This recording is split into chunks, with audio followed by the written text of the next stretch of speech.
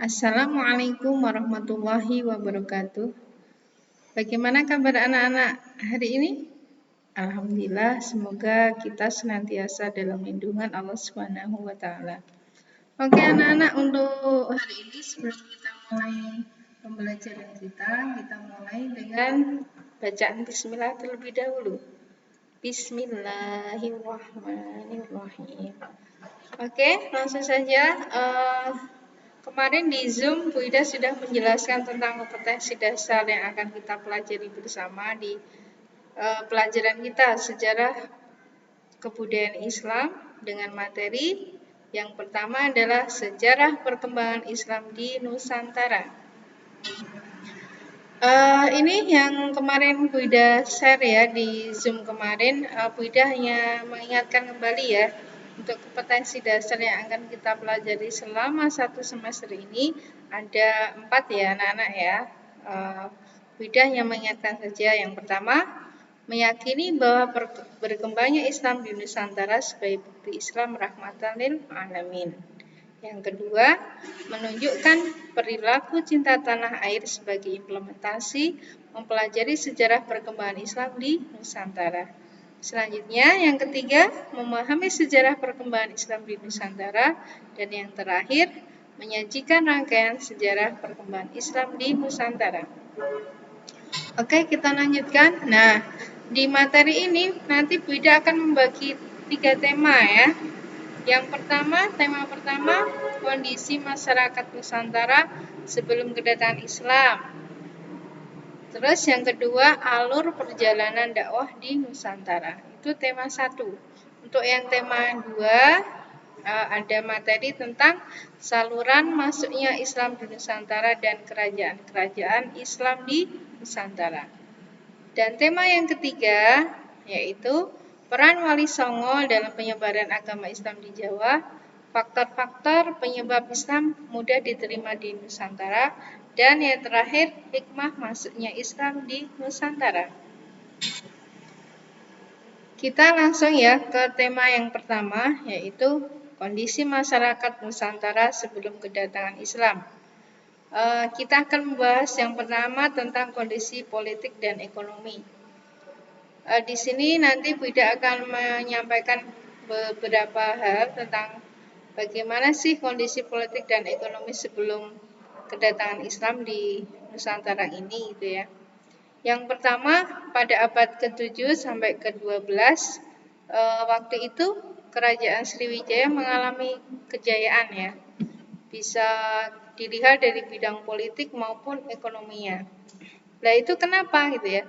Karena di Kerajaan Sriwijaya itu didukung oleh kondisinya yang cukup potensial, yaitu sebagai kerajaan maritim dan juga sebagai jalur perdagangan internasional. Nah, karena sebagai pelabuhan ini, maka Sriwijaya menjadi pusat perdagangan dan kekuasaan di waktu itu gitu ya. Sebagian dari Semenanjung Malaya, Selat Malaka, Sumatera Utara, Selat Sunda, yang semuanya merupakan kekuasaannya Sriwijaya gitu ya. Nah, selain itu sebagai pusat perdagangan juga dikunjungi oleh pedagang dari Persia, Arab, Cina yang memperdagangkan barang-barang dari negerinya atau dari negeri yang dilaluinya. Sedangkan pedagang Jawa membelinya dan menjual rempah-rempah. Nah, ketika masuk ke abad ke-13, ternyata Kerajaan Sriwijaya ini mengalami kemunduran gitu ya. Di mana kekayaan alamnya tidak menghasilkan, terus dibandingkan dengan yang di luar Kerajaan Sriwijaya ini sangat sedikit sekali gitu ya. Nah, dengan kondisi itu Kerajaan Sriwijaya menerapkan bea cukai yang mahal bagi kapal-kapal yang berlabuh di pelabuhan-pelabuhannya, bahkan memaksa agar kapal-kapal asing berlabuh di pelabuhannya gitu ya. Kalau misalnya dengan tindakan itu kerajaan Sriwijaya ini berharap bisa teratasi gitu. Tapi kenapa? Malah justru sebaliknya gitu ya. Kapal-kapal asing ini malah tidak mau berlabuh di Sriwijaya. Nah, selain itu juga diperburu dengan serangan kerajaan Singosari dari Jawa melalui ekspedisi Pamalayu. Dengan Pamalayu ini, supremasi kerajaan Singosari dapat diletakkan di bekas daerah pengaruh Sriwijaya di Sumatera. Setelah Singosari berkuasa, kemudian muncul Majapahit sebagai kekuatan kerajaan yang memiliki pengaruh yang sangat besar. Nah, kemunculan Majapahit ini semakin melemah kedudukan Sriwijaya. Majapahit pun pernah tampil sebagai supremasi kekuasaan di wilayah Nusantara setelah Sriwijaya runtuh. Nah, kerajaan Majapahit ini juga mengalami masa kejayaan seperti yang di kerajaan Sriwijaya tadi gitu ya, yaitu ketika kekuasaannya Raja Hayam Wuruk dan patihnya yang terkenal siapa yo? Ya, betul. Patihnya adalah Patih Gajah Mada yang terkenal dengan sumpah palapanya gitu ya. Nah, Gajah Mada ini melakukan perluasan ke seluruh wilayah sehingga waktu itu sangat berkuasa. Tetapi di tahun 1478 Majapahit mengalami kemunduran. Karena apa? Yaitu karena konflik internal. Peradaban Hindu-Buddha sangat berpengaruh pada pembentukan struktur masyarakat di Nusantara. Masyarakat yang Hinduistis merupakan masyarakat dengan struktur yang hierarkis. Artinya, masyarakat yang mengenal kasta, yaitu ada kasta Brahmana, Ksatria, Waisya, dan Sudra. Hubungan antar kasta ini bersifat vertikal yang sempit, artinya interaksi antar individu hanya terjadi pada kelompok kastanya sendiri.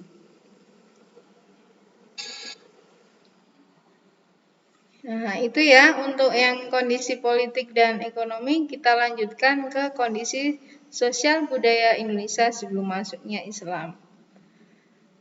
Sebelum kedatangan Islam di wilayah Nusantara, peradaban yang pernah muncul dan mampu membangun suatu struktur masyarakat yang mapan yaitu Hindu dan Buddha yang sudah tadi disampaikan di depan ya. Ada kasta-kasta ya. Ada kasta Brahmana, Ksatria, Waisya, dan Sudra. Dalam konsepsi Hindu-Buddha, hubungan antara manusia dan jagat raya ini bagaikan hubungan kesejahteraan antara makrokosmos dan mikrokosmos. Manusia adalah mikrokosmos dan jagat raya adalah makrokosmos. Menurut kepercayaan ini, manusia senantiasa berada di bawah pengaruh tenaga-tenaga yang bersumber pada penjuru mata angin, bintang-bintang, dan langit-langit. Jadi masih percaya dengan hal-hal yang seperti itu. Nah, tenaga-tenaga ini mungkin menghasilkan kemakmuran dan kesejahteraan atau berakibat kehancuran. Terjadinya kesejahteraan atau kehancuran bergantung pada dapat tidaknya individu dan kelompok masyarakat, terutama sekali negara, berhasil menyelaraskan kehidupan dan kegiatan mereka dengan jagat raya. Keselarasan antara kerajaan dan jagat raya dapat dicapai dengan menyusun kerajaan itu sebagai gambaran sebuah jagat raya dalam bentuk kecil. Jadi, penguasa makrokosmos di sini adalah dewa, sedangkan penguasa mikrokosmosnya adalah raja, sehingga lahirlah konsep dewa dan raja. Raja adalah wakil dewa di muka bumi. Kedudukan raja dianggap sebagai titisan atau inkarnasi dari dewa, atau sebagai keturunan, atau sebagai kedua-duanya, baik sebagai penitisan ataupun keturunan dewa. Jadi raja di sini memiliki kedudukan yang sangat sentral ya. Hubungannya antara raja dengan rakyat itu membentuk struktur yang patrimonial. Dalam hubungan ini tercipta hubungan kaula dan gusti. Rakyat lebih banyak melakukan kewajibannya. Pemikiran konsep ini tidak memungkinkan adanya suatu bentuk perjanjian sosial atau konsep mengenai kewajiban-kewajiban timbal balik sebagai atasan dan bawahan. Selanjutnya yang kedua adalah alur perjalanan dakwah di Nusantara. Agama Islam itu masuk ke Nusantara atau Indonesia ini mulai dari pesisir pantai ya. karena kondisi di Nusantara itu adalah maritim. Kemudian dilanjutkan ke daerah-daerah pedalaman oleh para ulama atau penyebar agama Islam. Nah, mengenai kapan Islam masuk ke Indonesia dan siapa pembawanya, terdapat beberapa teori yang mendukungnya. Ada 3 teori yang terkenal ya anak-anak ya. Yang pertama adalah teori Gujarat, yang kedua teori Mekah, dan yang ketiga teori Persia. Nah, ketiga teori ini akan memberikan jawaban tentang permasalahan waktu masuknya Islam ke Indonesia asal negara dan tentang pelaku penyebar atau pembawa agama Islam ke Nusantara. Yang pertama, teori Gujarat. Teori Gujarat ini berpendapat bahwa agama Islam masuk ke Indonesia pada abad ke-13 dan pembawanya berasal dari Gujarat. Selengkapnya bisa dibaca ya.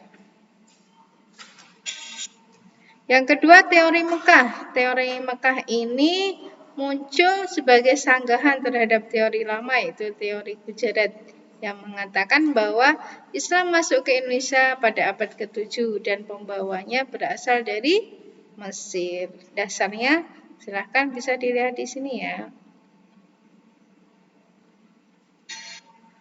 Yang ketiga tentang teori Persia. Ini Islam masuk ke Indonesia pada abad ke-13 dan pembawanya berasal dari Persia atau Iran.